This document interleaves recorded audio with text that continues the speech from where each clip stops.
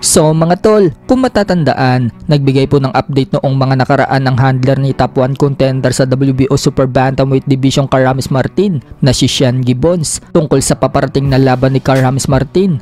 Nabanggit nga po ni Sean Gibbons mga tol sa isang interview sa kanya na baka mapalaban daw si Karamis Martin sa isang minor belt kung hindi daw sa IBF, sa WBO. Nagbigay pa nga po ng petsa si Sean Gibbons mga tol kung hindi daw sa March 22 mapapalaban si Karamis Martin, sa buwan daw ng April mapapalaban ito. So may lumabas pong rumor noong mga nakaraang araw mula dito kay Pinoy Boxing Prodigy. Sinabi po kasi sa post mga tol na may rumor daw na baka maging undercard itong si Karamis Martin sa laban ni Sebastian Fundora, kung saan dedepensahan po ni Fundora ang kanyang mga titulo sa super welterweight dito kay Booker. Sa March 22 na nga po gaganapin ang laban na yan sa Las Vegas, Nevada, USA. So saktong-sakto nga po sa binanggit dati ni Sean Gibbons mga tol na March 22 daw lalaban si Martin. Kaya yung rumor na yan mga tol nagtutugma doon sa sinabi ni Sean Gibbons. So kapag natuloy po ang laban ni Karamis Martin sa March 22, yan na po ang kauna-unahang laban niya sa Amerika. Bagay na gustong-gusto makita ng mga Pinoy fans. Mukhang matindi po ang makakalaban ni Martin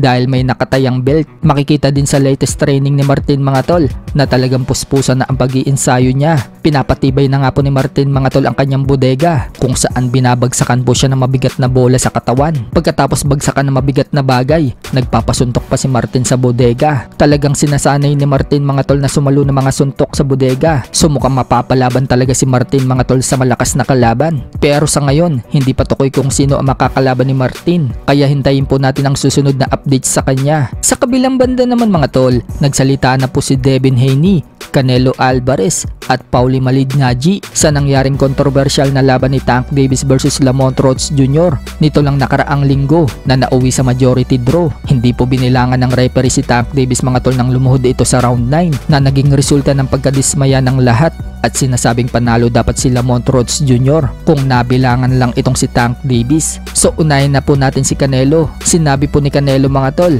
kung siya ang tatanungin sa rules daw ng boxing, kapag lumuhod ka, automatic knockdown daw yon. At yung pagpunta daw ni Tank Davis mga tol sa corner para magpapuna sa mukha ng tuwalya, disqualified daw yon. Yan daw ay rules ng boxing mga tol, pero hindi naman daw niya business yan, kaya walang pakialam si Canelo. Habang sinabi naman po ni Devin Haney na deserve daw dapat ni Rhodes na manalo. Ngayon nga lang daw nakita ng dalawang mata niya mga tol na lumuhod daw pero hindi daw tinawagan na knockdown. Habang sinabi naman po ni Paulie Malignaggi, pick gun wrong. Lahat daw ng fans naniniwala na nagkamali ang referee na hindi binilangan itong si Tank Davis. Dapat nga daw panalo dyan si Rhodes. Naniniwala din si Malignaggi mga tol na hindi daw mananalo itong si Tank Davis sa mga elite fighters sa 135 pounds. Except daw dito kay Ryan Garcia na na-drain, kaya daw tinalo ni Tank Davis. Iniiwasan din daw ni Tank Davis mga tol ang mga magagaling sa 135 pounds. Bukod dyan mga tol, na kahit daw si Shakur Stevenson na may injured sa kamay, hindi daw mananalo si Tank Davis. Maging kay newly crowned WBO Lightweight World Champion Keyshawn Davis, tatalunin din daw nito si Tank Davis. At kahit pa daw dito sa tinalo ni Shakur Stevenson na si Edwin De Los Santos,